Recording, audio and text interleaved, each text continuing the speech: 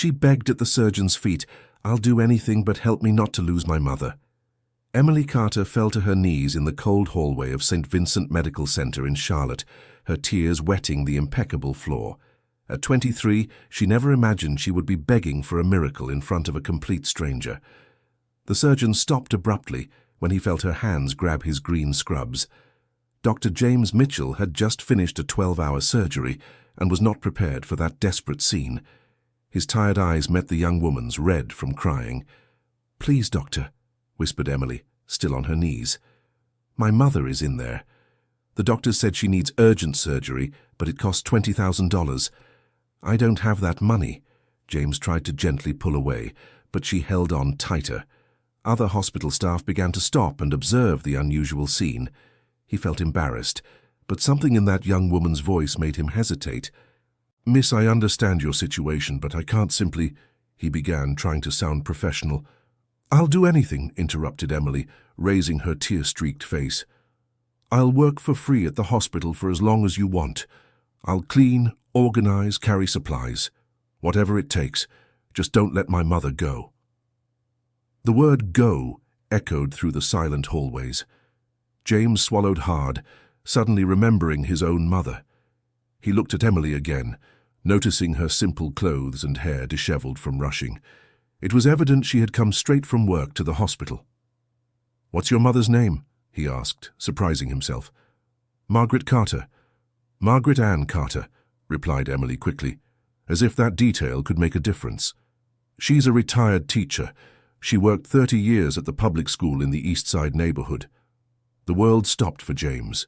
His eyes widened, and he took a step back, as if he had been punched. The name echoed in his mind like a distant echo from the past. Margaret.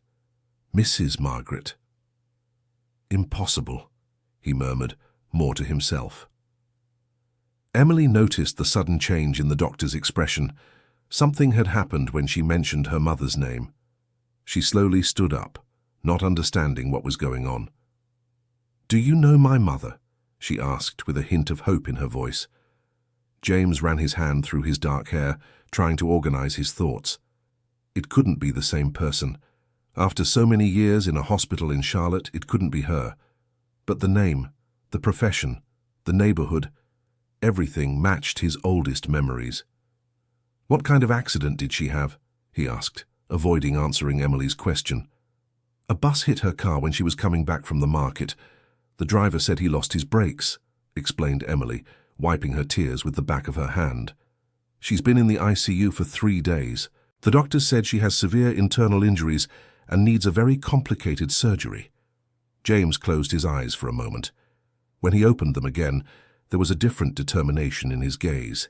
He looked around, making sure there weren't too many people watching, and then moved closer to Emily. "Come with me," he said, indicating a nearby private room. "We need to talk." Emily followed him, not understanding what was happening, but feeling that something had changed. The room was small, used for private conversations with family members. James closed the door and turned to her. "You said Margaret Ann Carter, retired teacher from East Side," he confirmed, his voice slightly trembling. "Yes, sir. Why? Do you really know her?" James leaned on the table as if he needed support. For a long moment, he just took a deep breath, organizing decades of memories and feelings he had buried deep in his heart. "Maybe," he finally answered. "I need to see her first." "To be sure. Will you agree to do the surgery?"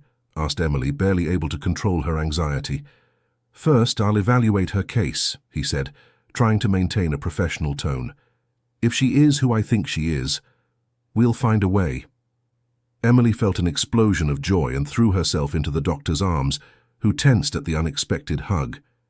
She quickly pulled away, realizing it had been inappropriate. "I'm sorry, doctor. It's just that I was so desperate." "Thank you. Thank you so much."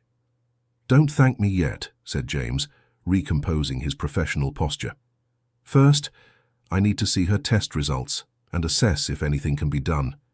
And there's a condition. Anything, whatever it is. If I agree to do the surgery, you will work here at the hospital for 6 months as a volunteer, as you offered, but there are rules that must be strictly respected." Emily nodded vigorously, willing to accept anything. For you cannot ask me personal questions. You cannot try to talk to me about matters unrelated to work. And you cannot mention to anyone that your mother and I might know each other. Is that clear? The conditions seemed strange to Emily, but she agreed immediately. The important thing was that her mother would have a chance. Okay, doctor, I promise. Good. Now take me to her. They walked through the corridors toward the ICU.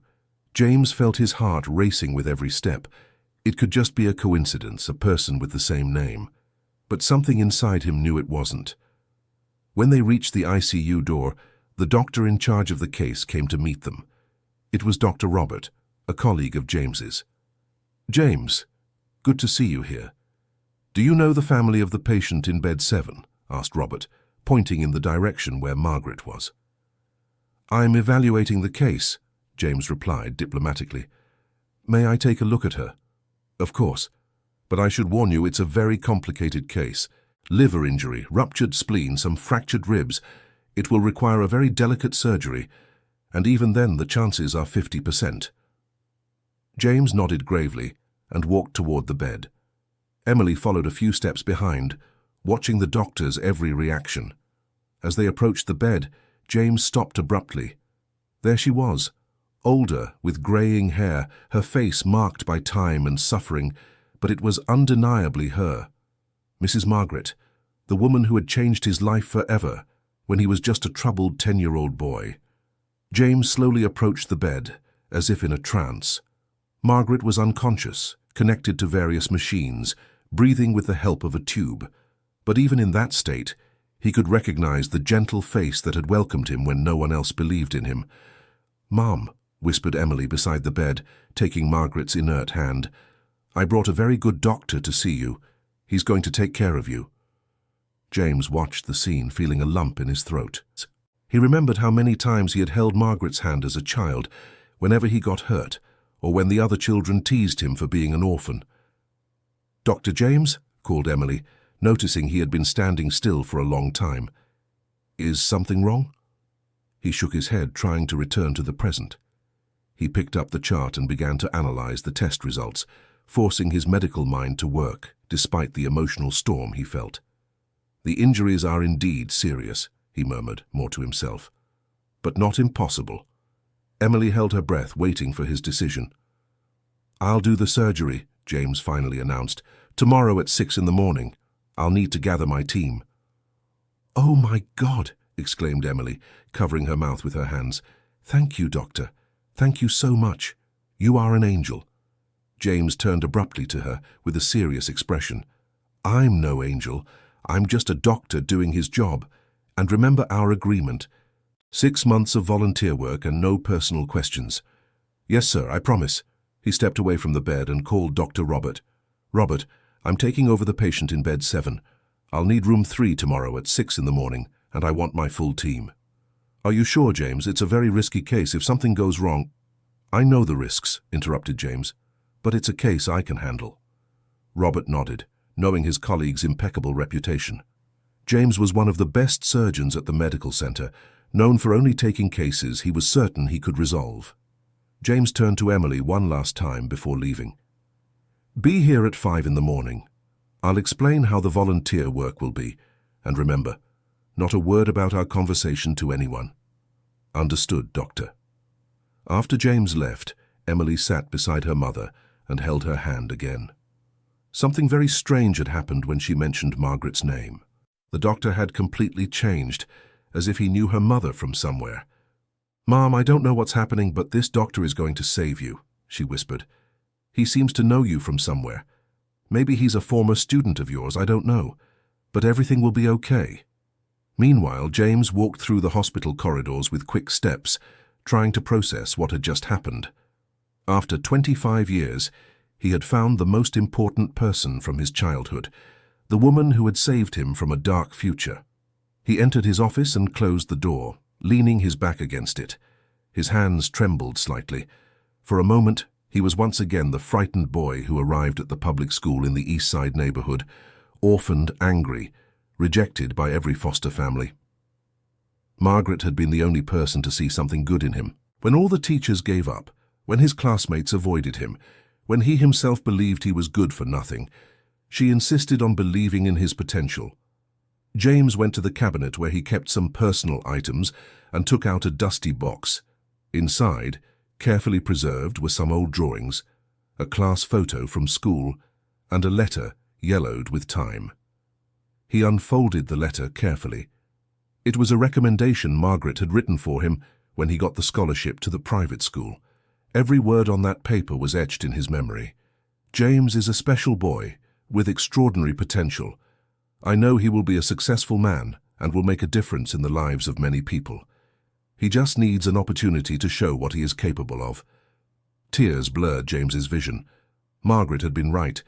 He had graduated from medical school, specialized in surgery, become one of the most respected professionals in Charlotte. But in all those years of success, he had never gone back to thank the woman who had made it all possible. Now she was there, fighting between life and another dimension, and he had the chance to repay everything she had done for him.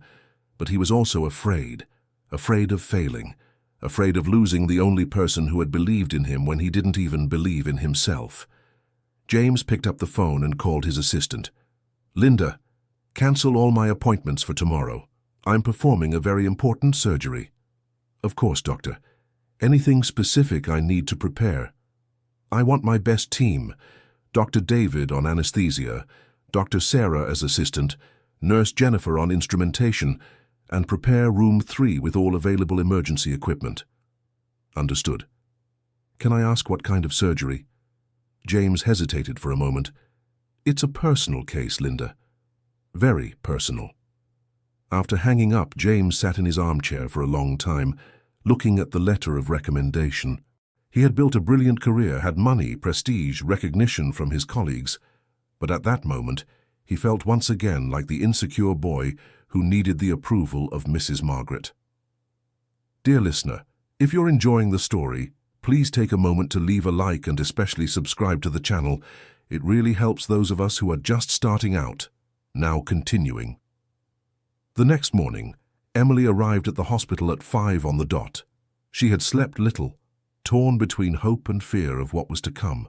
She found James already at the hospital, dressed in surgical scrubs, reviewing her mother's tests one last time. "You're early," he commented, without looking up from the papers. "I couldn't sleep well," admitted Emily. "How was my mother last night?" "Stable. Her vital signs are within the expected range for her condition." James finally looked at her. Emily had changed her clothes and combed her hair, but the marks of fatigue were still visible on her young face. "About the volunteer work," he continued, "you'll help in the hospital's social services department. You'll assist other families in situations similar to yours, helping with paperwork, guidance, that sort of thing."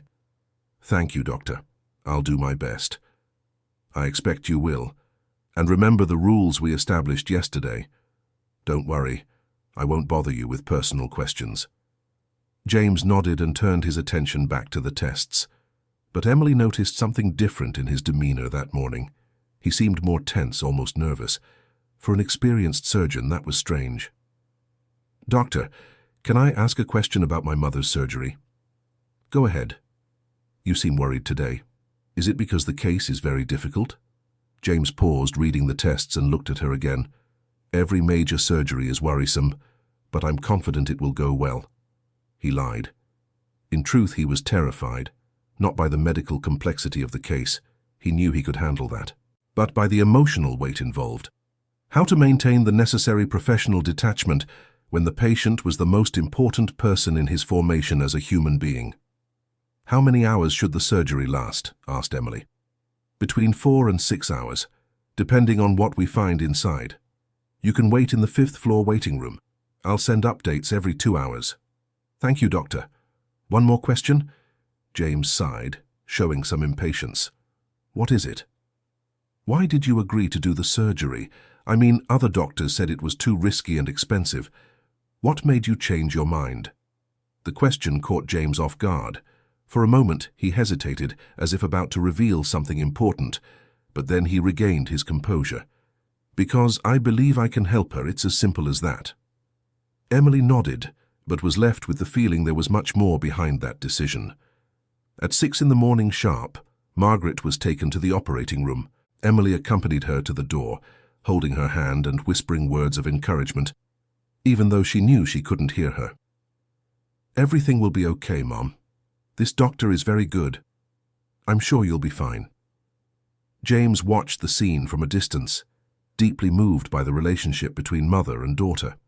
He remembered how many times he had wished for someone to see him off before a difficult moment in his childhood. When Margaret disappeared behind the operating room doors, Emily leaned against the wall trying to control her tears. James approached her. "She's in good hands," he said, with an unusual gentleness in his voice. "I know, Doctor. I trust you. Now go to the waiting room. This will take a while." Emily followed the instructions and James entered the operating room, where his team was already preparing everything. He went to the sink to wash his hands, a ritual he had performed thousands of times, but which that day seemed to have a special meaning. "All set, Doctor?" asked Nurse Jennifer, who had worked with James for over 10 years. "All set," he confirmed, though his voice betrayed an unusual tension. "Is it a special case?" asked Dr. David, the anesthesiologist. "You seem different today." James paused for a moment, his back to the team. "It's a very important patient," he said finally. "We need everything to go perfectly." "All your surgeries go perfectly," joked Dr. Sarah, trying to ease the tension. "Relax, boss." James turned to the team, already wearing his surgical mask. "This one is different," he said, with a seriousness that silenced everyone in the room. "This patient, she saved my life once. Now it's my turn to save hers." The team exchanged glances, surprised. James had never spoken about his personal life during a surgery, but everyone understood that this case held special importance for him. "Then let's save her life," said Dr. David with determination. James approached the operating table where Margaret was anesthetized and ready for the procedure.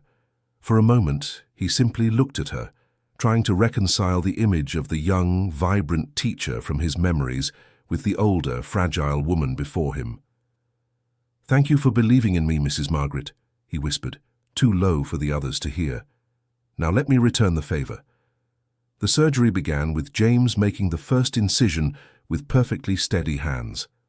All his medical training, all his experience, all his determination was concentrated in that moment. He had operated on presidents, celebrities, other doctors, but no surgery had ever been as important as this one. "I'll need suction here," he said, identifying the first problem area. "The bleeding is controlled, but there's more damage than the test showed." "Blood pressure stable," reported Dr. David. "All vital parameters are within normal range." James worked with millimeter precision, repairing each damaged organ, removing rib fragments that had pierced internal tissues, controlling hemorrhages.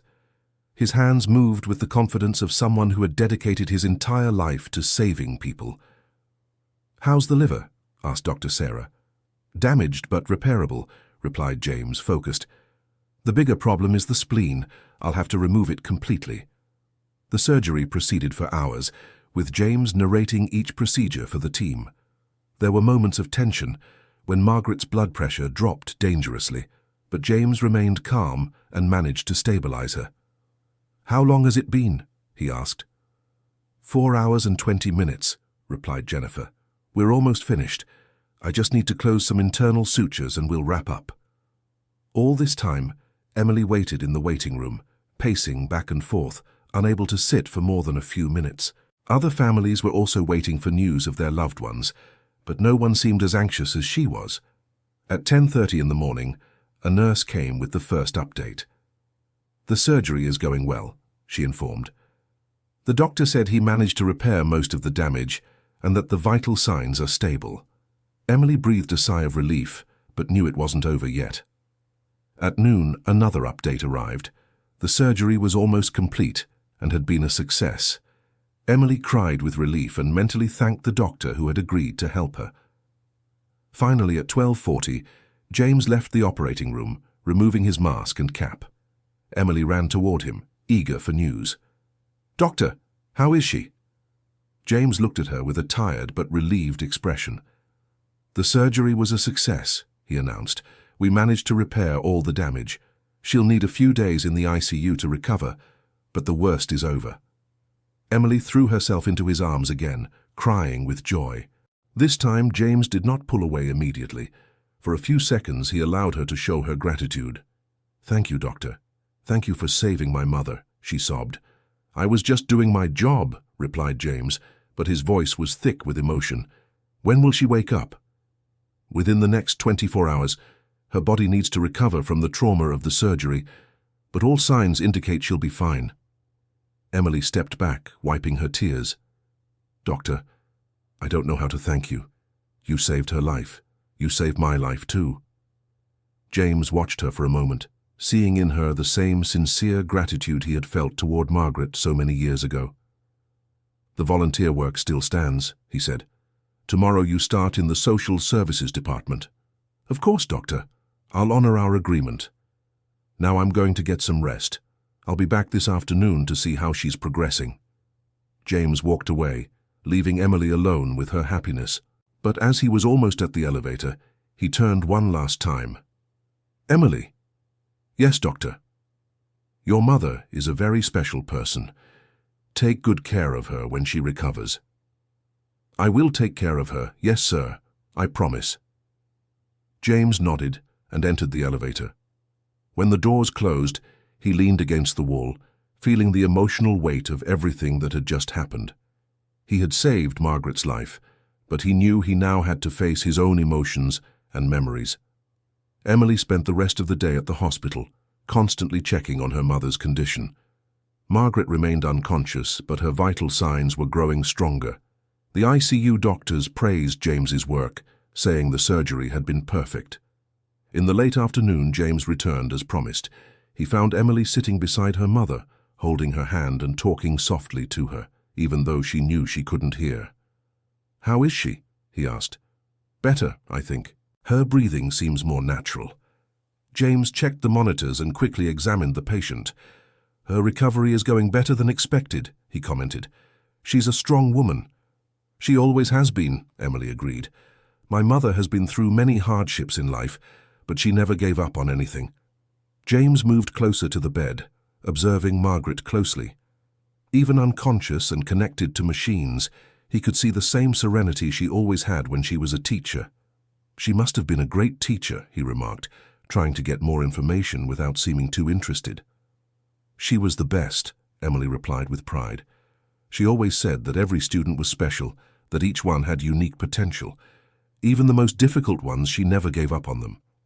Emily's words hit James like a well-aimed arrow. He remembered how many times he had heard Margaret say exactly that to other teachers who complained about him.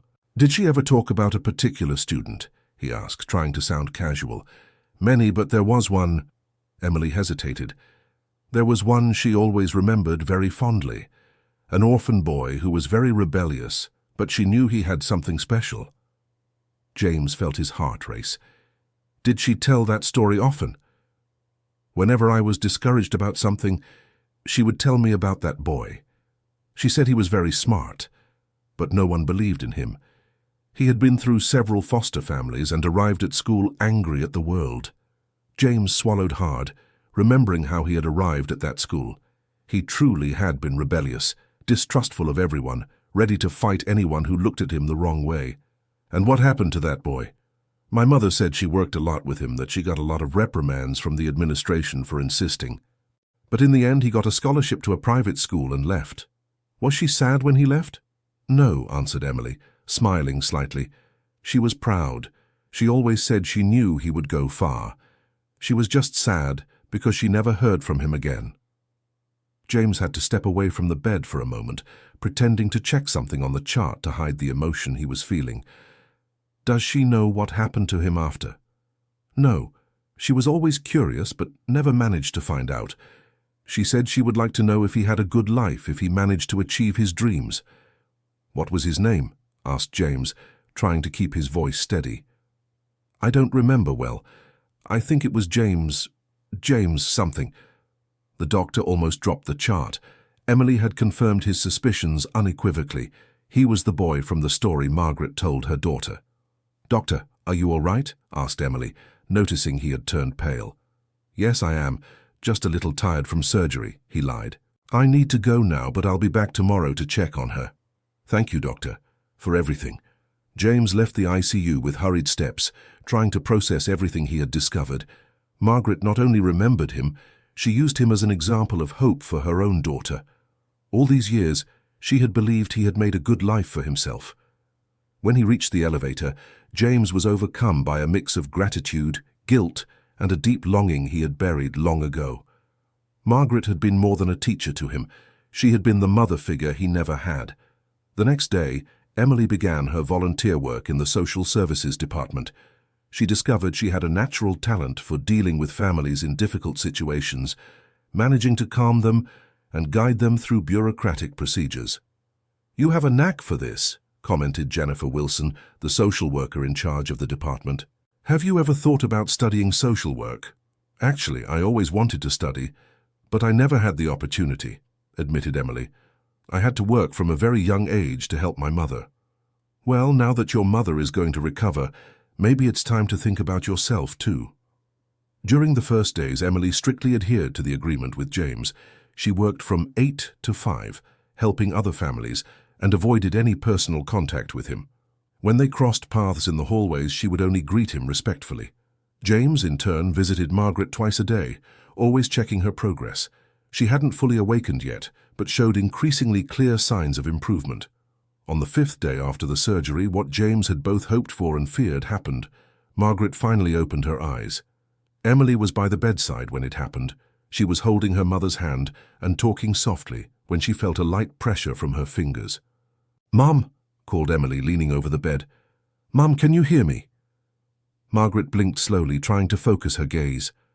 Her lips moved, as if she wanted to speak, but no sound came out. "Easy, Mum. You're in the hospital. You had an accident, but it's over. You're going to be okay." Margaret kept trying to speak, but she was very weak. Emily called a nurse, who immediately notified James. He arrived at the ICU within minutes. "How is she?" he asked, checking the monitors. "She woke up a few minutes ago. She's trying to speak, but she's still very weak." James approached the bed and looked into Margaret's eyes. For a moment, he had the impression that she recognized him, but he knew that was unlikely. She had been sedated for days and was probably confused. "Margaret, can you hear me?" he asked, using his professional medical tone. She stared at him and her lips moved again. James leaned in to try to hear what she was trying to say. Yeah, she whispered, almost inaudibly.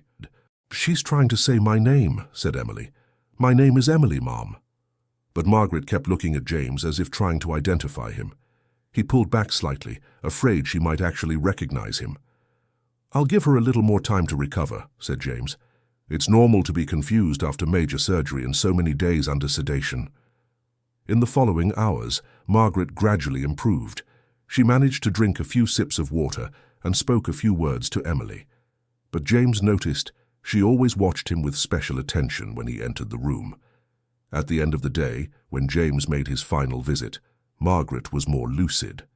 Emily had gone out to dinner, so they were alone for a few minutes. "How are you feeling?" asked James. "Better," she replied, her voice still hoarse. "Thank you for saving me." "No need to thank me. I'm your doctor." Margaret studied him with more attentive eyes. "May I ask a question?" James hesitated, fearing what was coming. "Of course. Have we met somewhere before? I have the impression I've seen you before." James felt his heart race. For a moment he considered telling the truth, but then he thought of the promise he had made to Emily to keep his distance and not get emotionally involved. "No, ma'am, we never met before the accident." Margaret continued to watch him, as if not completely convinced. "What is your full name?" "James Mitchell." "James," she repeated, as if the name evoked some memory. "It's a beautiful name. It was the name of a very special student I had many years ago." James almost lost his composure. She was talking about him, but she hadn't made the connection yet. "Must be a coincidence," he said, trying to sound casual. "Must be," she agreed, but continued to watch him with curiosity. Emily returned at that moment, interrupting the conversation. "How is she, doctor?" "Very well. The recovery is excellent. In a few days she can be discharged from the ICU." "What great news!" James said goodbye and left quickly, feeling he was walking on dangerous ground. Margaret was starting to suspect something, and he didn't know how to handle it.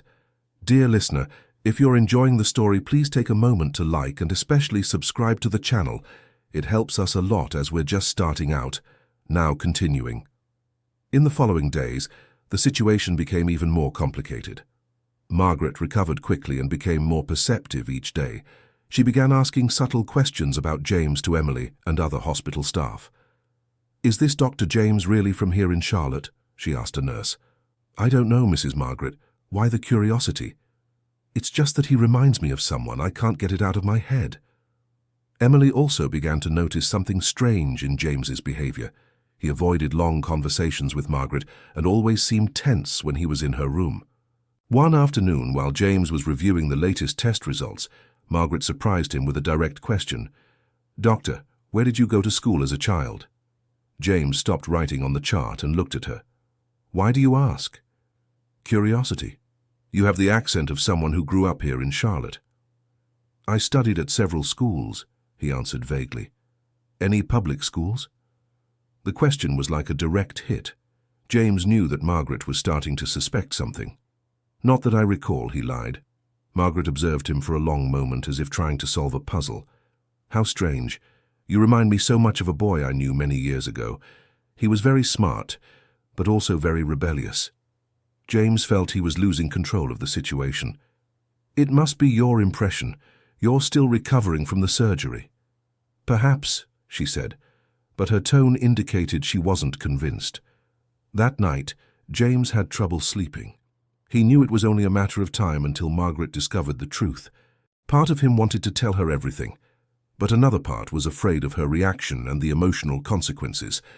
The next day, something unexpected happened. Emily was organizing some of her mother's belongings that she had brought from home when she found an old box at the bottom of the bag. "Mom, what's this box?" she asked. "Oh, that box," sighed Margaret. "It's some school mementos, photos, letters, drawings from special students." Emily opened the box curiously. Inside were dozens of old photographs, children's drawings, and some letters. One photo in particular caught her attention. It was a class photo from the school, with Margaret in the center and several children around her. "Wow, Mum, you were so young here," commented Emily, showing the photo. "This photo is from 1998. It was a very special year for me." Emily looked at the children in the photo. One of them, a boy of about 10, was standing a little apart from the others with a serious expression. There was something familiar about that face. "Mum, who is this boy here?" she asked, pointing to the child. Margaret looked at the photo and smiled nostalgically. "Ah, that's the James I told you about, the boy who got the scholarship." Emily looked more closely at the photo. There was something about that boy's face that bothered her, as if she had seen those eyes somewhere before. "He looks familiar," she commented. "Maybe because I've talked about him so much," said Margaret. Emily put the photo away and continued exploring the contents of the box. There were some children's drawings, all signed James, and a letter of recommendation that Margaret had written for him. "Mom, you kept all this for so many years." "That boy meant a lot to me, Emily. He was one of the cases I'm most proud of as a teacher. I always wanted to know what happened to him." "You never tried to look for him?" "I tried a few times, but I could never find out. He changed his name when he was adopted, so I lost track." Emily nodded but kept looking at the photo with curiosity. There was definitely something familiar about that boy. Later, when James arrived for his routine medical visit, Emily showed him the photo. "Doctor, look at this old photo from the school where my mother worked.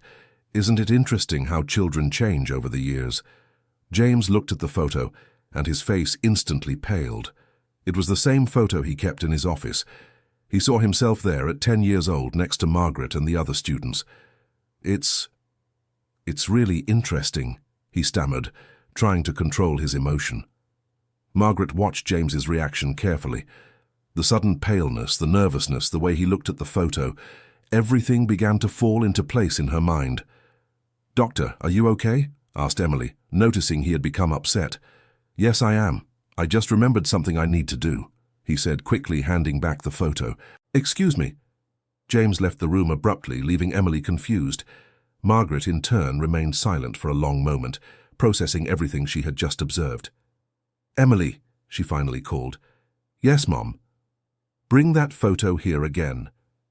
Emily handed the photograph to her mother, who studied it meticulously, her eyes fixed on the boy James in the photo and then on the door through which Dr. James had just left. "Oh my God," she whispered. "What is it, Mom?" "Emily, how old is Dr. James, roughly?" "I'm not sure. Around 35, maybe."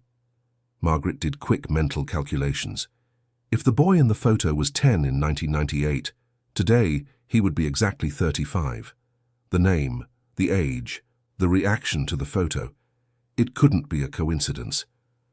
"Honey, I need you to do a very important favor for me," said Margaret, with a new urgency in her voice.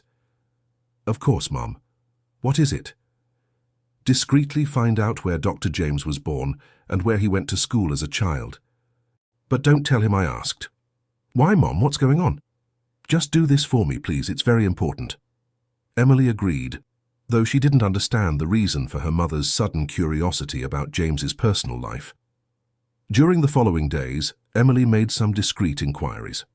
She found out from other staff that James had graduated from the State University, had specialized in New York, and had returned to Charlotte 5 years ago to work at that hospital. Information about his childhood was scarcer. Some colleagues knew he had studied on a scholarship at a private school, but no one knew much about his life before that. An older nurse commented that he was very private about his past. "Dr. James never talks about his family," she remarked. "At social gatherings, he always avoids personal topics." Emily took this information to Margaret, who became even more convinced of her suspicions. "Mom, why so much curiosity about his life?" Margaret looked at her daughter with a serious expression. "Emily, I believe Dr. James is my James, the boy in the photo." "What do you mean?" "What kind of coincidence would that be, Mom?" "It's not a coincidence. Think about it. An orphaned, rebellious boy who studied at my school named James. Years later, a doctor named James, the same age my student would be today, agrees to perform a risky surgery on me without charging anything. And when he sees the school photo, he becomes completely shaken." Emily thought about her mother's words. There really were many strange coincidences. "But Mom, if it were true, why didn't he say anything? Maybe he's ashamed of the past. Maybe he doesn't want to mix personal life with professional. Or maybe he doesn't know how to bring it up after so many years. What do you want me to do?" "For now, nothing. Let me think about how to handle this." Margaret spent the next few hours remembering everything about the boy James she had known. He was extremely intelligent, but had serious behavioral problems. He had been through several foster families and arrived at school angry at the world. She remembered how distrustful he was of all adults, always expecting to be rejected or abandoned again. But she also remembered his eyes, intelligent eyes that showed an unusual depth for a child. "They were the same eyes," she murmured to herself, "the same eyes as Dr. James." The next afternoon, when James arrived for his routine visit, Margaret decided to test her theory more directly. "Doctor, can I tell you a story?" "Of course," replied James, checking the equipment. "Many years ago, I had a very special student, an orphaned boy, very intelligent, but who had suffered a lot in life." James stopped what he was doing and looked at her. He was a difficult boy at first. He fought with other students, challenged the teachers, trusted no one, but I saw that behind that anger there was a special person. "Interesting," commented James, trying to seem uninterested. "I worked very hard with him. I got many reprimands from the administration for insisting on that boy everyone considered a lost cause, but I knew he had potential." James approached the bed, drawn into the story despite trying to keep his distance. "And what happened to that boy?" "He got a scholarship to a private school. He left our school and I never heard from him again, but I always wondered if he managed to fulfill all the potential I saw in him." "He probably did," said James, his voice slightly choked. "I hope so. I hope he became a successful man, that he found his place in the world, and that he's helping other people." James looked into her eyes for a long moment. There was an intensity in that gaze that he remembered very well. "If I met that boy today," continued Margaret, "I would want him to know that I never regretted believing in him, and that I was always very proud of him, even without knowing what happened." The words hit James like direct blows to the heart. Margaret was speaking directly to him, even without confirming that she knew who he was. "I'm sure that boy," said James with difficulty, "would be very moved to know that the teacher always believed in him. He was a very brave boy. He suffered a lot, but he never gave up. I knew that one day he would come back to repay all the good he received in life." James realized he wouldn't be able to keep up the pretense much longer. Tears began to form in his eyes, and he had to step away from the bed. "I need to go now," he said quickly. "I'll be back later." "Of course, Doctor. See you later." When James left the room, Margaret smiled to herself. There was no more doubt in her mind. The boy James had become, Dr. James, and he had returned to save her when she needed it most. Emily, who had witnessed the conversation, looked at her mother with curiosity. "Mum, you were talking about Dr. James, weren't you?" "Yes, dear. Our Dr. James is my student James. I'm sure of it now." "And why didn't he say anything?" "He must have his reasons. Maybe he's scared, ashamed, or simply doesn't know how to bring it up. Let's give him time." "But Mum, that's incredible. What a fantastic coincidence." "It's not a coincidence, Emily. It's destiny. The boy I helped find his way came back to help me when I needed it most." Margaret fell silent for a moment, moved by the discovery. "You know what moves me the most?" she finally said. "What, Mum?" "He became exactly what I always knew he could become, a good man who dedicates his life to helping others. I am so very proud of him." James, meanwhile, walked the hospital corridors in a state of emotional shock. The conversation with Margaret had confirmed that she knew who he was, and that she was giving him the opportunity to reveal himself when he felt ready. He entered his office and sat down, trying to process everything. A week ago, he was just a respected surgeon doing his job. Now he was a man reconnecting with the most important person in his upbringing. James picked up the box with his school mementos and took out the class photo. He looked at the serious, troubled boy he had been, and then at the man he had become. "Thank you, teacher," he whispered to the photo, "for never giving up on me." That night, James could barely sleep. He knew that the next day he would have to make a decision: continue pretending he didn't know Margaret, or assume his true identity and deal with all the emotions that would bring. The next day, when he arrived at the hospital, James was determined to tell the truth. But when he reached Margaret's room, he found an unexpected scene. Margaret was sitting on the bed, much more alert than in previous days, organizing items from the memory box. She had spread the photos and drawings across the bed and was revisiting each memory. "Good morning, Doctor," she greeted when she saw him enter. "Good morning. How are you feeling today?" "Much better. I think I can be discharged soon." James approached the bed and saw all the items scattered about. There were drawings he himself had made as a child, school photos, and even some letters. "These are memories from the school where I worked," explained Margaret. "I was revisiting some special memories." James stopped when he saw a specific drawing. It was a drawing he had made when he was 10, showing a boy alone in a field looking at the sky. Below it, in childish handwriting, was written, "For Mrs. Margaret, who believes in me. James." "This drawing is special," commented James, his voice almost inaudible. "Very special," agreed Margaret. "It was made by that boy I told you about yesterday, James." She picked up the drawing and looked at it fondly. "Do you know what struck me most about this drawing?" she continued. "What?" "The boy is alone, but looking upward. To me, that always represented hope. Even in the worst situations, he never lost hope." James could no longer bear the emotion. Tears began to roll down his face, and he sat in the chair beside the bed. "Mrs. Margaret," he said, his voice choked. "That boy, he never forgot you." Margaret looked at him tenderly. "I know, my son. I know you never forgot me, just as I never forgot you." "How long have you known?" "Since the first moment you reacted to my name. But I was sure when I saw your reaction to the school photo."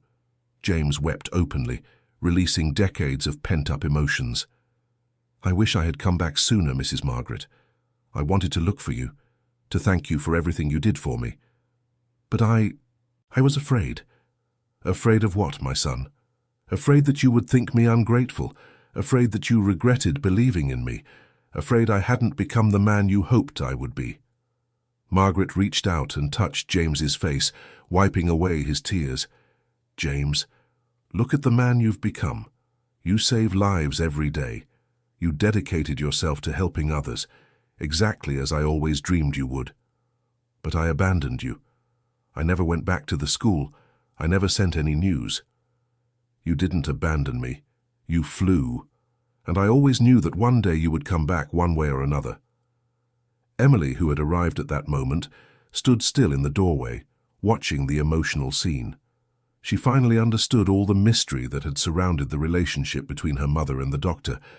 "May I come in?" she asked softly. James and Margaret turned to her, both with tears in their eyes. "Come in, dear," said Margaret.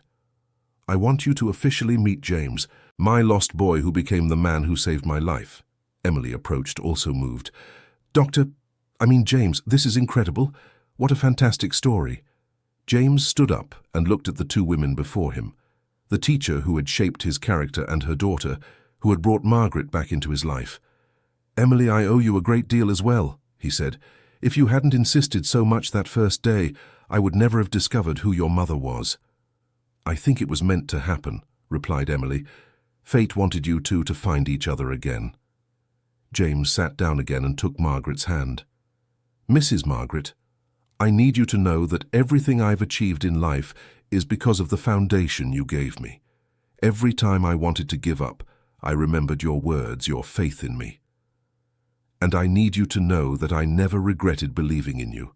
Not for a second. You were always special, James. Why did you never try to look for me? I tried a few times, but you had changed your name when you were adopted, and later I thought that maybe it was better to let you build your new life without interference from the past." "But you kept all of this," said James, pointing to the objects on the bed. "For so many years. Of course I kept it. You marked my life, James. It was one of the most rewarding experiences I had as a teacher." James looked at the drawing he had made so many years ago. "I remember the day I made this drawing. You had just defended me when other teachers wanted to expel me from school. You were going through a very difficult time. You had just left a foster family that didn't work out. I was angry at the world. I thought no one was any good, that everyone would abandon me sooner or later. But you were just a hurt child. I could see that. Behind all that anger, there was an intelligent and sensitive boy. You taught me that I had worth, that I could be someone in life. You always had worth, James. I just helped you see it." Emily watched the reunion with deep emotion. Seeing her mother reuniting with the student who had so profoundly marked her life was something extraordinary. "Dr. James," she said, "can I ask a question?" "Of course.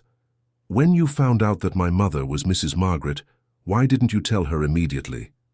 James thought for a moment. "I think I was afraid of the emotions it would bring, and I also wanted to be sure I could save her before revealing our connection. I didn't want her to worry thinking I might fail because of the emotional involvement." "But you were never going to fail," said Margaret with conviction. "I always knew you had the golden touch. Even as a child, everything you touched turned out perfect. You remember that?" "I remember everything, my boy. Your tantrums, your achievements, the day you won first prize at the science fair, the day you found out about the scholarship. You were there when I found out about the scholarship?" "I was. You came running into the teacher's lounge shouting that you had gotten it. It was one of the happiest days of my career." James smiled through the tears, remembering that day. "And I never forgot what you said. Now you're going to show the world what you're capable of, my boy." "And you did, James. You did. And so much more." The three of them fell silent for a moment, absorbing the magnitude of the reunion. "James," said Margaret finally, "tell me about your life. What happened after you left school?" James settled better into the chair, preparing to share decades of his life. "Well, the family that adopted me when I got the scholarship was very good. They really wanted to help me grow and study. I changed my last name to Mitchell, which was their last name." And how was the adjustment at the new school? Difficult at first. I came from a very different reality and the other students noticed. But I remembered your teachings about perseverance and focused on my studies. You were always a good student. Thanks to the foundation you gave me, I finished high school with top grades and got into medical school at SU. Medicine, smiled Margaret. I remember you always said you wanted to help people when you grew up. It was true, and you always encouraged me in that dream. And your adoptive parents? How was your relationship with them? Good. They gave me a lot of support, especially with my studies, but I always felt there was something unresolved in my past, a gratitude I needed to express. Margaret squeezed his hand. You owed me nothing, James. Yes, I did. I owe my entire life to you. No, you don't. You achieved everything through your own effort and determination. I just planted a little seed that blossomed throughout my entire career. Every time I operate on someone, I remember your words about helping people. Emily, who was listening to everything with emotion, interjected. My mother always said a teacher's greatest pride is seeing their students grow up and make a difference in the world. And you made a big difference, James, said Margaret. How many lives have you saved? Many, but none were as important as yours. Why? Because you saved me first. If it weren't for you, I would never have gotten to where I am. You would have gotten there, yes. Maybe by a different path, but you would have gotten there. You were always special. James shook his head, disagreeing. No, Mrs. Margaret. I was a lost boy, angry, without direction. You gave me a moral compass, taught me values, showed me I could dream big. And you never thought about looking for me all these years? I thought about it many times, especially when I graduated, when I specialized, when I got my first job as a surgeon.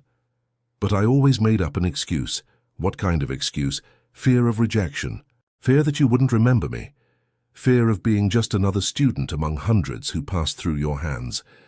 Margaret was moved by the answer. James, you were never just another student. You were special from the first day. Even when I was rebellious and difficult, especially when you were rebellious and difficult, because I saw that your rebellion came from pain, not from malice. James stood up and walked to the window, trying to organize his emotions. Do you know what marked me the most about our relationship, Mrs. Margaret? What? The day you called me my son for the first time. I had never heard that from anyone. Margaret was deeply moved. You remember that? As if it were yesterday. I had fought with some boys who were provoking me. You took me to the room and said, My son, you need to learn that your strength is in your intelligence, not in your fists. And you learned. I did, and I never fought again after that day. You were always a good boy deep down. James turned to her. Did you really believe that, or were you just trying to motivate me? James, I never lied to you. I always truly believed in your potential, even when all the other teachers had given up on me, especially in those moments. Someone needed to believe in you when you didn't even believe in yourself. Emily interrupted again. Mom, you never told me these details about James. Some memories are too special to be shared easily, explained Margaret, but now that he's here I can tell everything. Tell a story I don't know, asked James. Margaret smiled. Remember the school June festival in 1999? I do. It was the first festival I participated in without getting into trouble. You won the square dance contest, Dancing with Jessica. Wow, I had forgotten that, laughed James. I was so proud of you that day, seeing you interacting well with the other students, having fun, just being a normal kid. It was a milestone for me too. For the first time I felt like I was part of something. And you were always part of our school family. Mrs. Margaret, can I confess something? Of course. After I got the scholarship and went to the other school, I came back a few times just to see you from afar. Really? When? Mainly on your birthday. I knew the date and would pass by the school, hoping to see you arrive. Margaret was profoundly moved. My God, James, why didn't you come in to talk to me? I was afraid that you had other special students and wouldn't remember me anymore. Impossible. You left a mark on my life forever. And you left a mark on mine. Emily watched the dialogue with admiration for the depth of their relationship. "It's beautiful to see how you've influenced each other," she commented. "It's true," agreed Margaret. "James taught me as much as I taught him." "What did I teach you?" asked James, surprised. "You taught me about never giving up, about believing in people's potential even when they don't believe in themselves, about the patience and persistence needed to help someone. I really was a tough case. You weren't tough. You were complex. And complex people become interesting adults." James smiled. "You always had a special way of seeing things. And you always had a special way of surpassing yourself." At that moment, a nurse entered the room to check Margaret's vital signs. "How is our patient today?" she asked cheerfully. "Very well," replied Margaret. "In fact, I want to introduce you to my son, James." The nurse looked confused between James and Emily. "I thought Emily was your only child." "Emily is my daughter by blood. James is my son by heart," explained Margaret, moved. James felt deeply touched by the declaration. "It's a long story," Emily said to the nurse, "but a very beautiful one." When the nurse left, James approached the bed again. "Mrs. Margaret, can I ask something that has always intrigued me?" "Of course. Why did you believe in me when no one else did?" Margaret thought for a moment. "You know, James, I had a difficult childhood too. My father drank. My mother worked too much. I often felt lost. I didn't know that. Few people do, but there was a teacher in 4th grade who changed my life. She saw me beyond the problems I brought from home. And that's why you did the same for me." "Exactly. I knew what it was like to be lost and need someone to believe in me. You were paying forward what you received. And you, without knowing it, will pay it forward to other people throughout your career. It's a cycle of kindness." James reflected on her words. "Funny, I had never thought of it that way. But you're right. I have several interns and residents whom I always encourage, even when they make mistakes. See, the cycle continues. Mrs. Margaret, you changed my perspective on so many things, not just about studies, but about life in general." "How so?" "You taught me about empathy, about forgiveness, about seeing the best in people. Those lessons made me not only a better doctor, but a better person." Margaret smiled with pride. "And you've applied those lessons in your profession? Every day, especially with difficult patients, the ones other doctors avoid. I always remember what you did for me." "That's good. That makes me very proud." Emily, who had stepped out to get coffee, returned at that moment. "Wow, you're still talking. How beautiful." "We have 25 years of conversation to catch up on," joked James. "True," laughed Margaret. "And I hope we have many years ahead to keep talking." "You will, Mom," assured Emily. "Now that you've reunited, you'll have plenty of time together." James stood up, realizing he had spent a long time in the room. "Mrs. Margaret, I need to check on other patients, but I'll be back later. Of course, my son, go to work.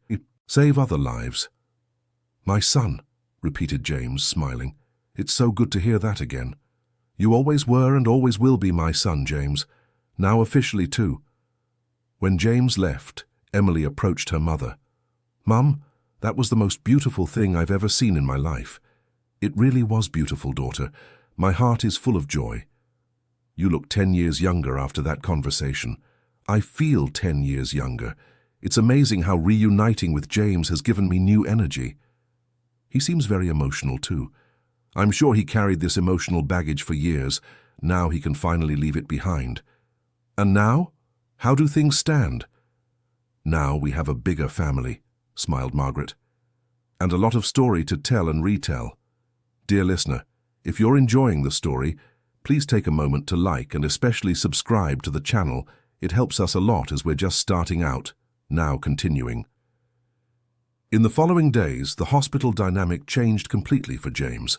He was no longer just Margaret's doctor. He was her long-lost son. This brought a lightness and a joy he hadn't felt in years. Margaret was recovering quickly, both physically and emotionally. The reunion with James had given her a special reason to heal completely. "How is our VIP patient today?" joked Dr. Robert when he met James in the hallway. VIP. "Mrs. Margaret, I've never seen you so dedicated to a case." James smiled. She's a very special person to me. I noticed, is she a relative of yours? It's complicated, but yes, she's family. Dr. Robert didn't fully understand, but respected his colleague's privacy.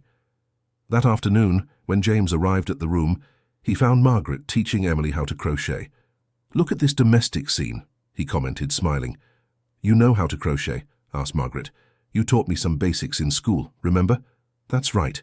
You made a string pencil holder." "I did, and I used it for years." "Where is that pencil holder now?" "In my office, kept in a special drawer." Margaret was moved. "You really kept it?" "I kept everything that reminded me of you, Mrs. Margaret." "That's beautiful, James." Emily watched the interaction with admiration. "It's amazing how you both have such vivid memories of each other." "Special moments are etched forever," said Margaret. "Mrs. Margaret," said James, "can I ask you a question I've always wanted to ask?" "Of course. Did you ever regret pushing me so hard? Especially when I was a handful?" "Never, James, not for a second. Every difficult moment was worth it when I saw your progress. Even when I broke the teacher's lounge window playing ball." Margaret laughed. "Even when you broke the window. In fact, that day I was proud." "Proud? Why?" "Because you were playing with the other boys. It was the first time I saw you integrated into the group. I don't even remember that detail. I paid attention to everything. Every little progress was a victory, and there were many setbacks too. There were. But the important thing was not to give up." James sat down beside the bed. "You know what struck me most about you, Mrs. Margaret?" "What?" "Your infinite patience. No matter how many times I did something wrong, you always gave me another chance, because I knew deep down you were a good person." "How did you know?" "By the small gestures. When you helped a classmate who had fallen. When you shared your snack with someone who forgot theirs. When you defended a smaller classmate from bullies. You observed all that." "I observed everything. A good teacher needs to see beyond appearances." Emily interjected. "Mom always told me that. She said people are like icebergs. Most of it is hidden beneath the water." "That's a perfect analogy," agreed James. "In medicine, it's the same. What the patient shows isn't always the real problem." "Exactly," said Margaret. "That's why it's important to look with attention and care." "Mrs. Margaret, you shape not only my character but also my way of practicing my profession." "How so?" "When I attend to a difficult patient, I remember how you treated me. With firmness, but with care. Setting boundaries, but without giving up." "And does it work?" "Always. Patients can feel the difference when they are treated with genuine concern for their well-being." Margaret smiled, proud. "You've applied to medicine the principles I tried to teach you in school." "I've applied them to my whole life, Mrs. Margaret, in work, in relationships, in the way I see the world."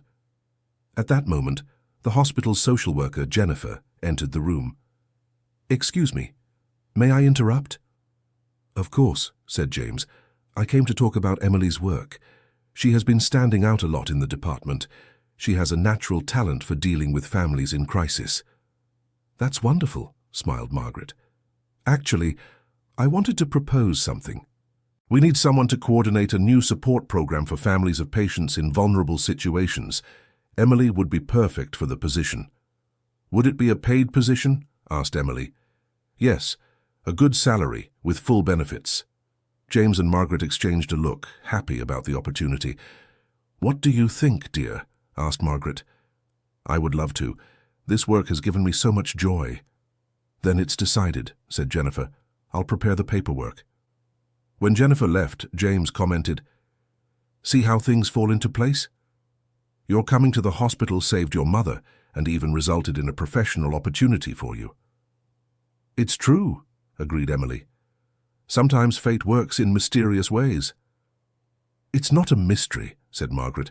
"It's consequence. When we act with love and dedication, the universe gives back." James reflected on her words. "You've always been wise, Mrs. Margaret. Not wise, just observant. Life teaches a lot to those who pay attention. And you taught me to pay attention to details." "Did I really?" "Completely. In school you always talked about observing the little things, the small progress, the small joys." "And you apply that in medicine?" Every day. I observe every reaction from patients, every subtle change, every sign that might indicate improvement or decline. That must make you an exceptional doctor. I hope so. I always wonder if I'm making you proud of me. Margaret held his hand. James, I am proud of you every day.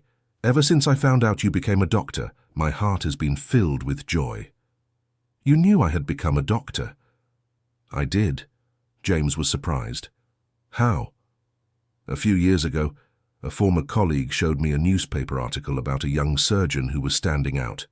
When I saw your name and your photo, I recognized you immediately. And you didn't try to look for me?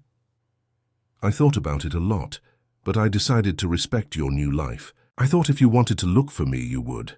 I wanted to, Mrs. Margaret. Every day I wanted to, but I was afraid. Afraid of what, my boy? Afraid of finding out you didn't remember me anymore. Afraid of being just another former student. Impossible, James. You could never be just another former student. Now I know that. But back then, I was insecure.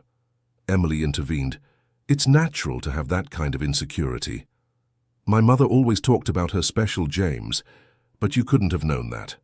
Exactly, agreed James. To me, there was a possibility that Mrs. Margaret had hundreds of special students. I've had many special students, said Margaret, but each one in a unique way, and you were special in a way that marked my entire career.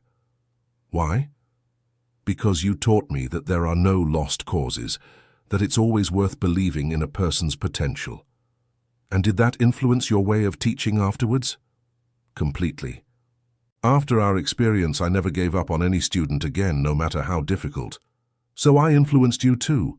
Very much. You made me a better teacher. James was moved by the revelation. I never thought I could have influenced you in any way. Of course you did. Our relationship was one of mutual exchange, James. How so? You taught me about persistence, about not judging by appearances, about believing in everyday miracles. Everyday miracles? A person's transformation is always a miracle, and I had the privilege of witnessing yours.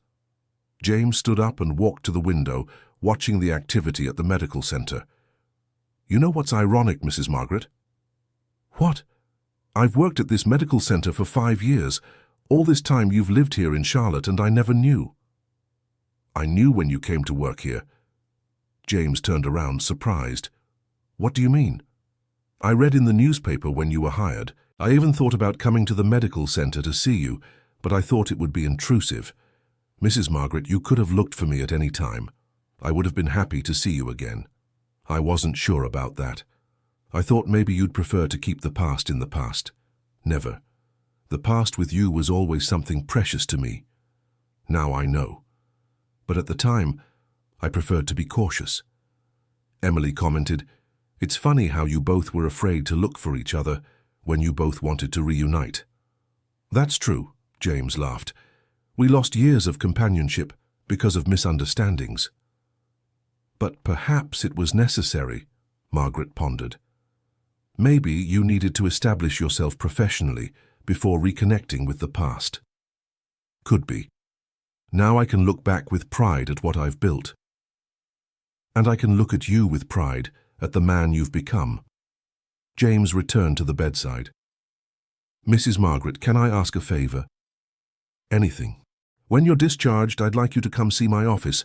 I want to show you some things I kept from our time at school. It would be an honor. And I'd also like to introduce you to my team, so everyone knows who is responsible for me becoming a doctor. Margaret was moved. James, that would be wonderful. Mrs. Margaret, there's one last thing I need to tell you. Tell me. I've never been able to call anyone mother. Even in the adoptive family, I always struggled with that. And why? Because in my heart there was only one person who deserved that title. And it was you. Margaret cried with emotion. James, you were the first person who made me feel truly loved, the first who believed in me. To me, that's what defines a mother. My son, whispered Margaret, too emotional to speak. Can I call you Mother, Mrs. Margaret? Please, call me. It's always been that way in my heart. James approached and hugged Margaret for the first time in 25 years. "Thank you, Mother, for everything. Thank you, my son, for coming back to me." Emily watched the scene with tears in her eyes, moved to witness such a touching reunion. "Now we really are a complete family," she said. "I gained a brother." "And I gained a sister," smiled James. "And I gained 2 wonderful children," added Margaret. During the following weeks, Margaret recovered completely. She was discharged from the medical center and went home, but now with a totally different routine. James visited her daily, always bringing stories from the medical center or medical curiosities he knew she would love to hear. Emily officially took on the role at the medical center and discovered a calling she didn't even know she had. Under James's guidance, she began studying to take college entrance exams for psychology, wanting to specialize in supporting families in hospital crises. "You have a natural calling for this," James said during one of the weekly dinners they started having together. "You have empathy, patience, and an incredible ability to calm people down." "I think I got that from my mother," Emily replied. "She always knew how to talk to anyone." "That's true," Margaret agreed. "But you have something special too, daughter, an emotional maturity that many professionals take years to develop." "You're going to convince me," laughed Emily. "That's the idea," said James. "You have the potential to become an exceptional professional." James's life had also changed completely. Reuniting with Margaret had brought him an inner peace he hadn't felt in decades. He became even more dedicated to his work, but now with a different lightness. "You seem different," Dr. Robert commented one day. "More light, I don't know." "I really am," confirmed James. "I resolved some important personal matters. It must have been something very special." "It was. I reconnected with a very important person from my childhood." "That's wonderful. That explains why you're always smiling lately." James really was always smiling. After years carrying a subtle melancholy, he finally felt complete. One night, while having dinner at Margaret and Emily's house, he made a comment that surprised them both. "Mom, I was thinking about something." "What is it, son?" "How about if I bought a bigger house for the 3 of us to live in together?" Margaret and Emily looked at each other, surprised. "James, what kind of idea is that?" asked Margaret. "It's not a crazy idea. Think about it. I live alone in a big apartment. You 2 live here in this small house. If we joined together, we'd have more space, more company, and I could take better care of you. But son, you have your own life, your independence, and I would still have it, but I'd have you nearby. Will you at least agree to think about the idea?" Emily was the first to respond. "I think it's an amazing idea. I always dreamed of having a brother, and now that I do—" "And you, Mom?" asked James. Margaret thought for a moment. "James, it would be wonderful to have you nearby every day, but I don't want you to feel you have obligations toward me." "They're not obligations, Mom. They're choices, and I choose to be close to my family." "In that case," smiled Margaret, "I think it would be beautiful." "Then it's decided," celebrated James. "We'll look for a house this weekend." "A house with a garden," requested Margaret. "I've always wanted a garden to plant flowers." "And with a space for me to study?" asked Emily. "And with a home office for when I need to work from home," added James. They spent the rest of the night planning what the ideal house would be like, each contributing suggestions and dreams. 3 months later, they moved into a spacious, airy house in a quiet Charlotte neighborhood. It was a single-story house with a large garden where Margaret could plant her flowers, an office for James, a little study nook for Emily, and a spacious living room where they could gather every evening. "It's perfect," said Margaret on moving day, looking at the garden. "I never imagined I'd have a house like this." "It's ours, Mom," said James. "Our house, our family." "And our new life," completed Emily. The household routine was quickly established. James left early for the hospital, Emily went to work and study, and Margaret took care of the house and garden. In the evenings, the 3 would gather for dinner and talk about their day. "How were your patients today?" Margaret would ask every night. "I had a very complex surgery," James would tell. "An 8-year-old boy who had a bicycle accident." "And how did it go?" "Everything went well. The boy will make a full recovery." "That's good. Every life you save is a victory. I learned that from you, Mom. Every person is important." Emily also shared her experiences from work. "Today I helped a very poor family who didn't even have money for bus fare home." "And what did you do?" James would ask. "I spoke with the administration and we managed to get them some assistance. I also guided them about other benefits they can apply for." "You're becoming an expert at this," Margaret said proudly. "I'm learning and I'm loving it." On weekends they established family traditions. Saturdays were for taking care of the house and garden, Sundays for outings and visits. "How about we visit the school where you two met?" suggested Emily one Sunday. "Good idea," agreed James. "It's been a long time since I've been there." When they arrived at the public school in the East Side neighborhood, they found many changes. There was a new wing of classrooms, a modern library, and a renovated sports court. "Wow, how it's changed!" exclaimed Margaret. "Does the classroom where I studied still exist?" asked James. "Let's see." They walked through the hallways, with Margaret explaining where everything used to be. When they reached James's old classroom, they found a plaque on the door. "Mrs. Margaret Carter Classroom." "Mom!" exclaimed Emily. "They named a classroom after you." Margaret was moved. "I didn't know about this." James read the plaque aloud. "Mrs. Margaret Carter Classroom, in honor of an educator who never gave up on any student." "That's beautiful, Mom," he said, emotional. A younger teacher saw them looking at the plaque and approached. "Did you know Mrs. Margaret?" she asked. "That's me," said Margaret, smiling. "Wow!" exclaimed the young teacher. "It's an honor to meet you. I'm the current teacher of this classroom, and I always hear stories about your work here." "What kind of stories?" asked James, curious. "About how she turned difficult students around, about her infinite patience, about impressive success stories." James and Margaret looked at each other. "Is there a specific case they always tell?" asked Margaret. "There's one that's legendary here at the school. The boy James, who was super rebellious and became a doctor. He's like a symbol that education can change destinies." James smiled, moved. "Interesting story. Do you know more details?" "I know he was an orphan, very smart, but troubled. Mrs. Margaret insisted on him when everyone else had given up. He got a scholarship and left the school, but a few years later, we found out he became a famous surgeon." "Famous?" laughed James. "Yes, he works at St. Vincent Medical Center and is considered one of the best in the city. He's an inspiration to all of us teachers." James was deeply moved to discover his story was told as an example at the school. "Teacher," he said, "can I tell you a secret?" "Of course. I am the James from the story." The young teacher was speechless. "No way, really?" "Really," confirmed Margaret. "This is my James, and this is Emily, my daughter." "Oh my God, that's amazing. You are a legend here at the school." "A legend?" laughed James. "I was just a troubled boy who was lucky to find a special teacher." "You don't know the impact of your story.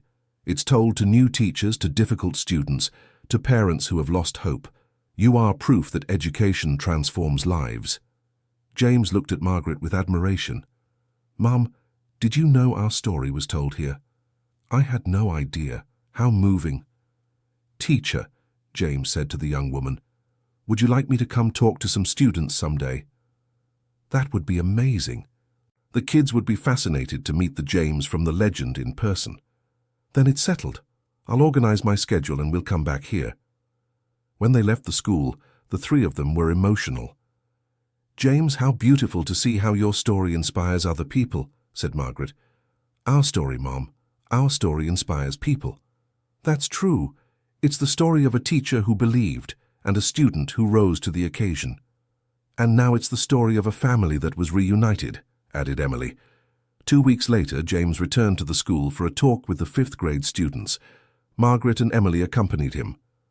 "Good morning, everyone," greeted James as he entered the room. "I'm Dr. James, and I want to tell you all a very special story."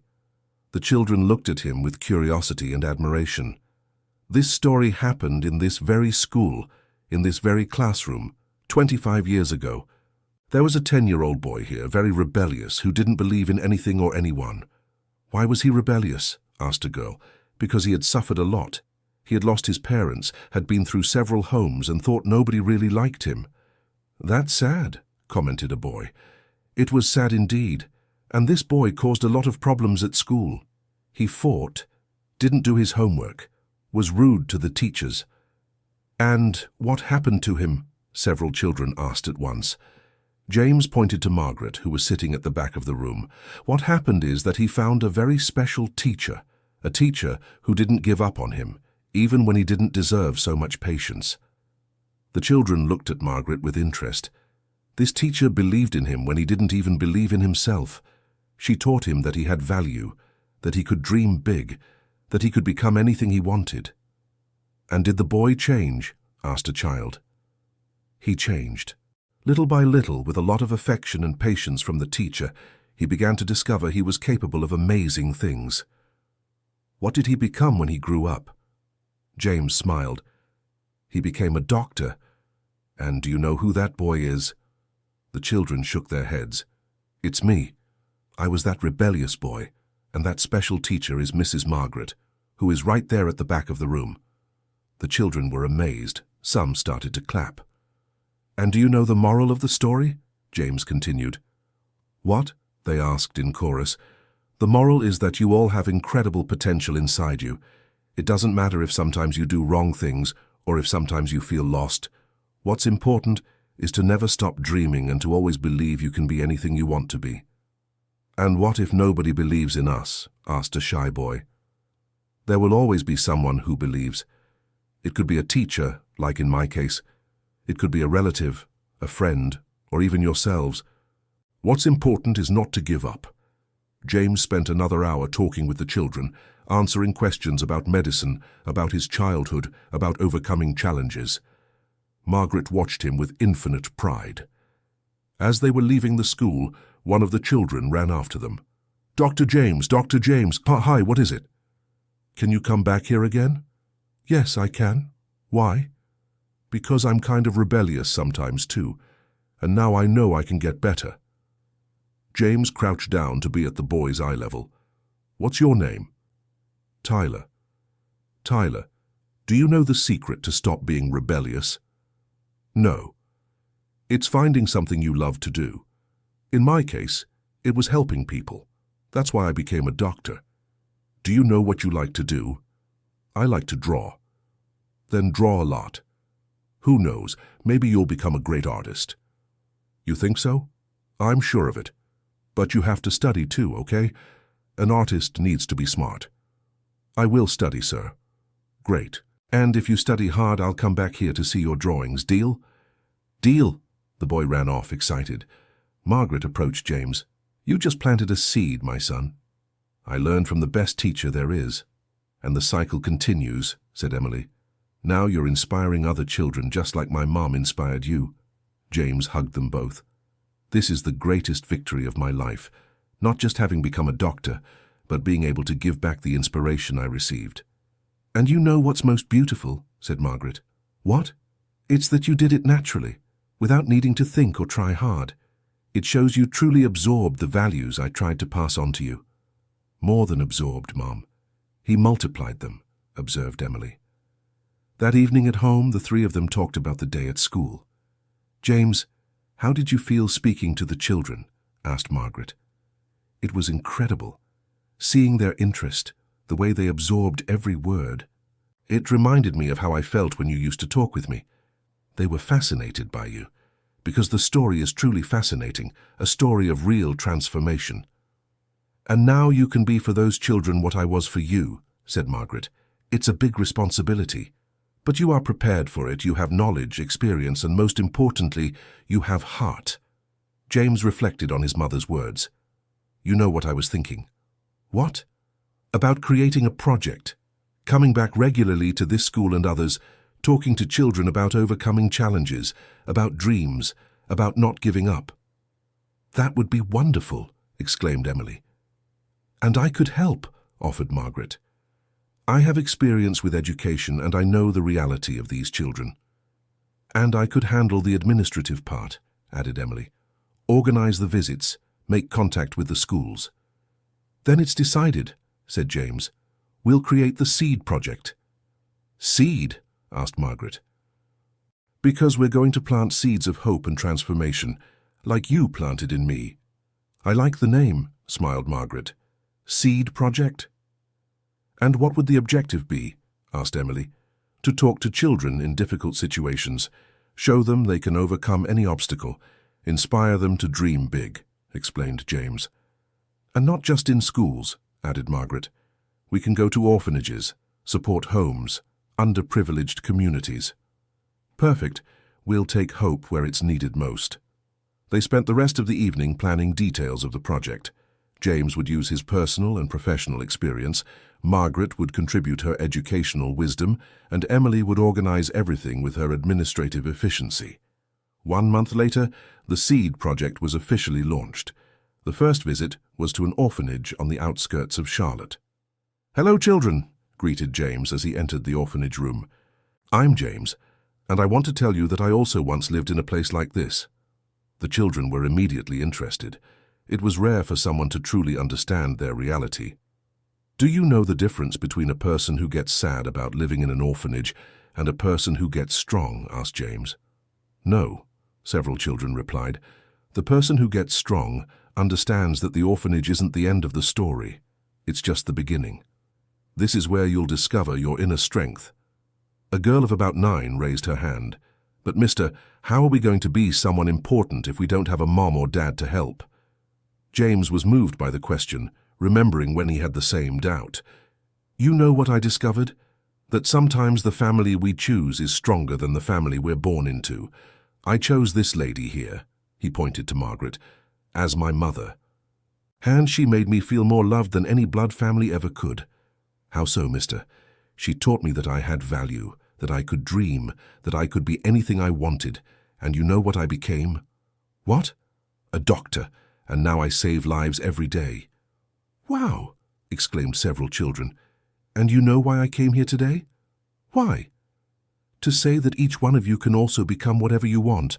A doctor, a teacher, an engineer, an artist, anything." A boy of about 8 asked, "But how, mister? We don't have money to study." "I didn't either, but I got a scholarship because I worked very hard in school. You study here at the orphanage, don't you?" "We do." "Then work hard. Get good grades. Be the best students you can be. Opportunities appear for those who are prepared." James spent 2 hours talking with the children, telling stories, answering questions, giving advice. Margaret complimented with her pedagogical experience, and Emily helped with playful activities. When they left the orphanage, the director accompanied them to the door. "Dr. James, thank you so much for the visit. It's been a while since I've seen the children so excited." "It was a pleasure. Can we come back regularly?" "Please, that would be wonderful for them." "Then let's establish a partnership. We'll come back here every month." "Really? That's amazing." On the way home, James commented, "Seeing those children reminded me exactly how I used to feel." "And seeing you talk to them reminded me why I became a teacher," said Margaret, "to plant hope in little hearts." "Mom, you really made a difference in so many people's lives," observed Emily. "I did what I could. Every teacher who truly loves their profession does. But not every teacher has the sensitivity you had," said James. "You looked beyond appearances. It was necessary. Often, the most difficult children are the ones who need love the most." "Like me," smiled James. "Like you." The SEED project grew quickly. In 6 months, they were regularly visiting 5 different institutions: the orphanage, 2 public schools in underprivileged neighborhoods, a support home for at-risk children, and a community center. "Our schedule is getting full," Emily commented one day, organizing the schedules. "It's a good problem," laughed James. "It means we're really making a difference." "The stories we receive prove it," said Margaret, flipping through letters they had received from children helped by the project. One of the letters especially caught James's attention. It was from Tyler, the boy from the school who liked to draw. "Dr. James, thank you for talking with me. Now I study more and draw a lot. My teacher said my drawings are getting better every day. One day I'll be a great artist like you are a great doctor. Tyler." "Mom, look at this letter," showed James, moved. Margaret read it and smiled. Another little seed sprouting. "You know what moves me most about this letter," said James. "What?" "He understood the main message, that he can be anything he wants as long as he dedicates himself." Exactly the message I tried to pass to you 25 years ago, and that I'm now passing to other children. The perfect cycle, observed Emily. That night during dinner, James made an announcement that surprised his mother and sister. I have some news to share. What is it? Asked Margaret. I've been invited to give a lecture at the university for medical students. Really? About what? Asked Emily. About the humanization of medicine. They want me to tell them how my personal experience influenced my way of practicing medicine. What an honor, exclaimed Margaret. It really is an honor, and do you know what I'm going to talk about? What? Asked both of them. About you, Mom. About how a teacher can influence not only the life of a student, but indirectly the life of every patient that student will treat in the future. Margaret was deeply moved. James. It's true, Mom. Every life I save, every patient I treat with care, every family I comfort, all of that is a reflection of the values you taught me. I never thought of it that way. Then start thinking. You didn't just influence my life. You indirectly influenced the life of every person I treat. When is the lecture? Asked Emily. Next month, and I want both of you to come with me. Us? Margaret was surprised. Of course, the lecture is about our story. You are the protagonists of it. But James, a university, I'll be nervous. Nonsense, Mom. You're a natural educator. You'll feel right at home. And me? Asked Emily. You'll go as an example that family is much more than blood ties. You'll show how love can unite people in unexpected ways. During the week of the lecture, James was more nervous than usual. My son, is everything all right? Asked Margaret, noticing his anxiety. I'm a little nervous. It's the first time I'll speak so openly about our story to an academic audience. Everything will be fine. It's a beautiful and true story. That always touches people. I hope so.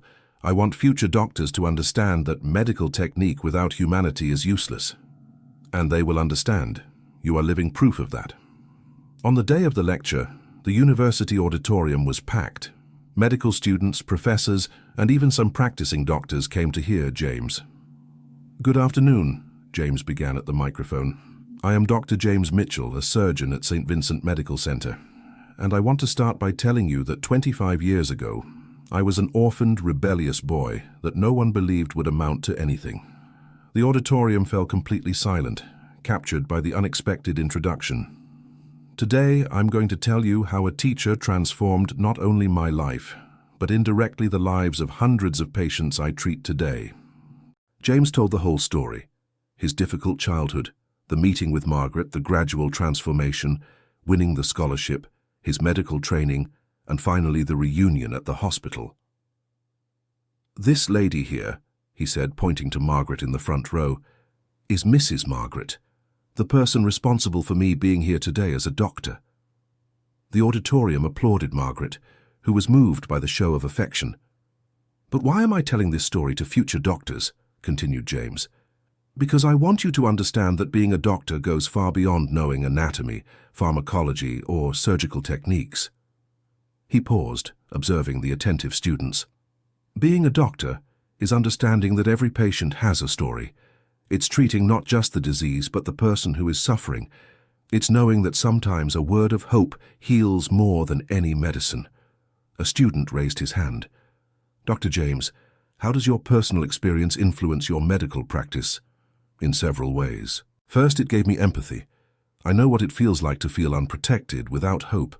So when I see a patient in that situation, I understand exactly what they are feeling.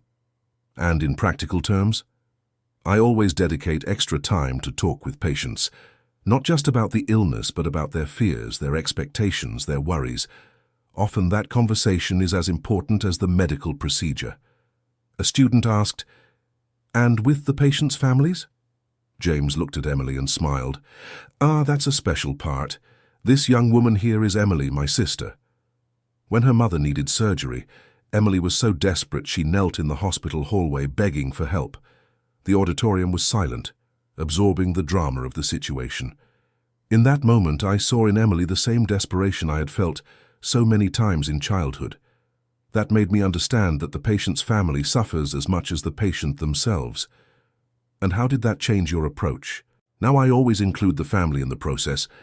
I explain the procedures in detail, clarify doubts, offer emotional support, because I learned that healing a person sometimes means caring for an entire family.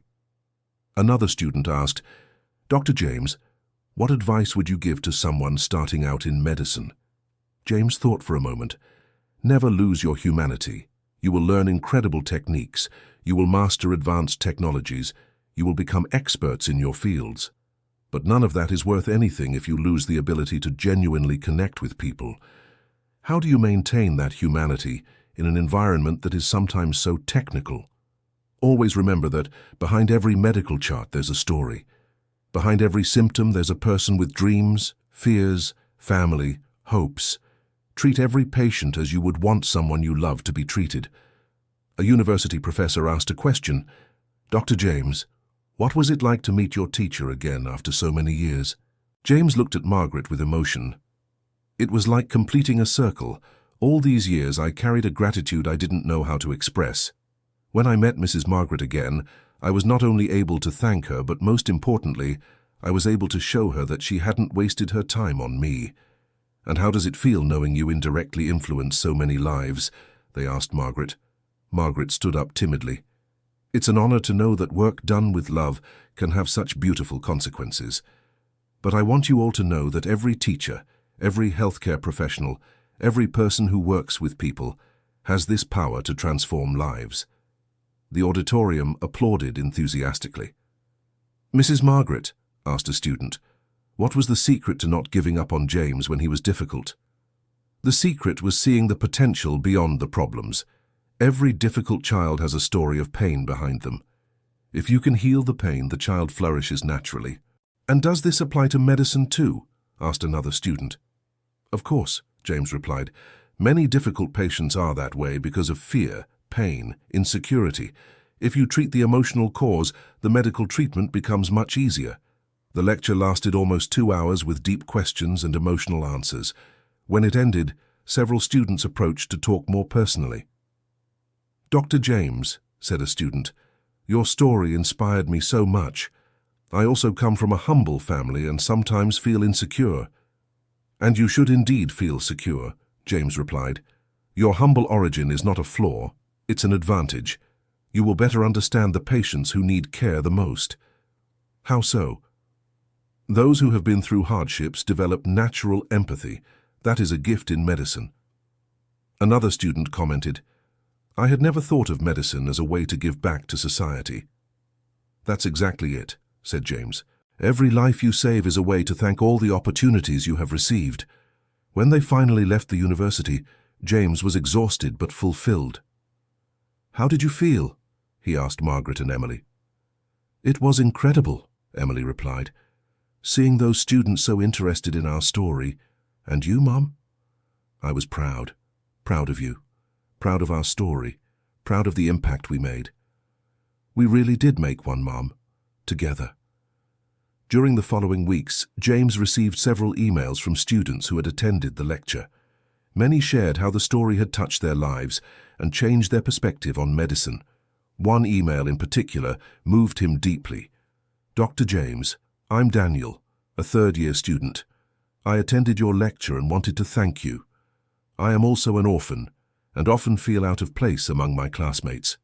Your story gave me strength to continue and showed me that I can turn my experience into something positive in my career. Thank you for sharing your story with us. James showed the email to Margaret and Emily. Another little seed planted, said Margaret. It's amazing how our story keeps bearing fruit, observed Emily. Because it's a story of love, my daughter, and love always generates more love. James personally replied to Daniel's email, inviting him to visit the hospital and observe some of his surgeries. I think I've found my first protégé, he commented. How so? Asked Margaret. Daniel reminds me so much of myself in university. Insecure, but determined. I think I can help you, like you helped me. The cycle continues, Margaret smiled. Exactly.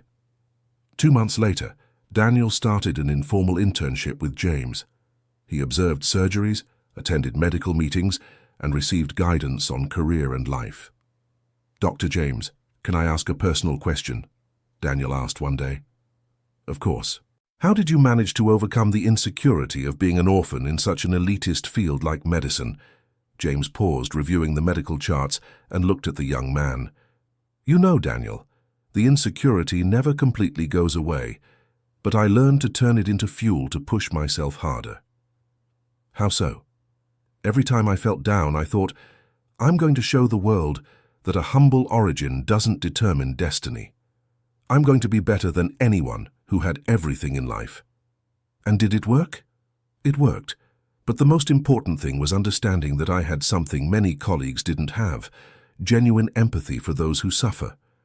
Does that make a difference in medicine? All the difference in the world. Patients can feel when a doctor truly cares about them. Daniel absorbed every word attentively. "Dr. James, can I meet Mrs. Margaret?" "Of course. In fact, you should have dinner with us tonight. She'll love to meet you." That evening, Daniel had dinner at the home of James, Margaret, and Emily. Margaret was delighted with the young man's manners and determination. "Daniel, tell me a bit of your story," she asked. "Well, I lost my parents when I was 5. I was raised by an aunt who did her best, but it was a difficult financial situation." "And how did you manage to get into medical school?" "I studied a lot.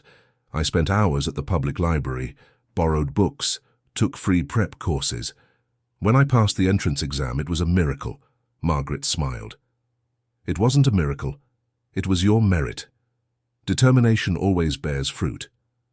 Do you think I can be a good doctor, even coming from where I come from?" "Daniel," said Margaret firmly, "you not only can, but you should be an excellent doctor. Your life experience is a differentiator, not a flaw." "How so?" "You understand pain because you have suffered. You value opportunities because you know what it's like not to have them. Those are very rare qualities in a doctor." James added, "Daniel, some of the best doctors I know came from simple backgrounds. The motivation to help others is greater when you yourself have been helped." "Can I ask you something, Mrs. Margaret?" said Daniel. "Of course." "How did you always believe in the difficult students?" "Because I learned that behind every difficulty there's a story, and every story can have a different ending, depending on who believes in the person. You believed in James when no one else did, and now James is believing in you when you yourself doubt yourself." Daniel was moved by the conversation. "Thank you for having me in your home. It had been a long time since I felt part of a family." "You are welcome here whenever you want," said James. "Family is about welcome, not about blood." During the following months, Daniel became practically a member of the family. He dined with them regularly, participated in the seed project activities, and even helped Margaret in the garden. "It's amazing how our family keeps growing," Emily commented one day. "It's natural," said Margaret. "Love attracts love. When you welcome someone, other people are naturally drawn to it. Mom, don't you think we're overdoing it? First me, now Daniel. James, do you think I overdid it when I welcomed you 25 years ago? Of course not. Then why would welcoming Daniel now be overdoing it?" James smiled, recognizing his mother's wisdom. "You're always right. Not always, but about love and welcome, I have quite a bit of experience." 2 years later, the family's life was even more settled. The SEED project regularly served 8 different institutions and had impacted hundreds of children. Daniel graduated from medical school with the highest grades in his class and was accepted into a pediatric surgery residency. James was his commencement speaker. "Dr. James," said Daniel in his speech, "you taught me that medicine is much more than technical knowledge. It's about turning pain into healing, fear into hope, and loneliness into belonging." The graduation auditorium applauded, moved. Margaret, Emily, and James cried with pride in the audience. "And to Mrs. Margaret," Daniel continued, "who taught me that anyone can be special if someone believes in them. You didn't just create a doctor when you helped James. You created a family that now helps many other people." After the ceremony, the 4 of them celebrated with a special dinner. "Daniel, I am so proud of you," said Margaret.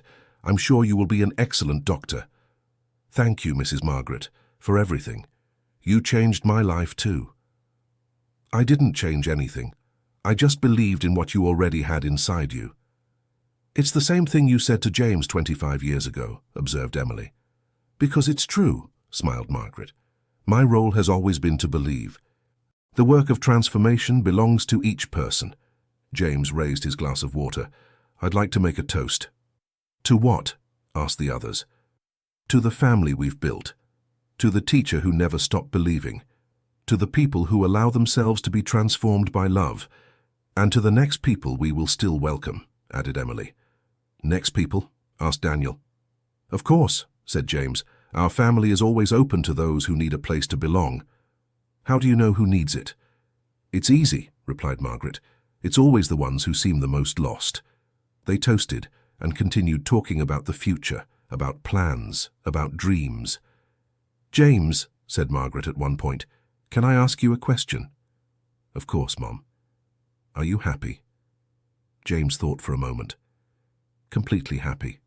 I have a family that loves me, work that fulfills me, and the opportunity to give back everything I received. What more could a man want? Nothing, smiled Margaret. You achieved everything I dreamed you would. No, Mom. I achieved much more than you dreamed. How so? You dreamed I would become a good and successful person, but I achieved something beyond that. I became part of an amazing family. Margaret was moved. My son. It's true, Mom. The greatest success of my life wasn't graduating from medical school. It was finding you again and discovering I still have a mother who loves me. Emily and Daniel were also moved by the declaration. And we discovered that family is much more than kinship, said Emily. It's about choosing to love and be loved. It's about welcoming without asking for anything in return, added Daniel. It's about believing in each person's potential, concluded Margaret. They fell silent for a moment, absorbing the magnitude of what they had built together. You know what moves me the most about this whole story? Said James finally. What? Asked the others. It's that it doesn't end here. Daniel will help other people. The Seed Project will grow. You will continue transforming lives. The story continues, agreed Margaret. Forever, said Emily. And always with love, completed Daniel. Later that night, when he was alone in his room, James looked out the window and reflected on everything that had happened since that day at the hospital, when Emily knelt before him. A desperate young woman had become his sister. A teacher he thought was lost forever had become his mother again.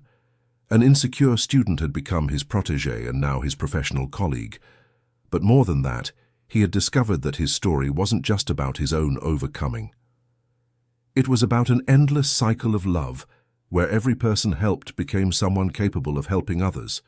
James picked up his phone and sent a message to Emily, Margaret, and Daniel. Thank you for teaching me that family is about love, not blood.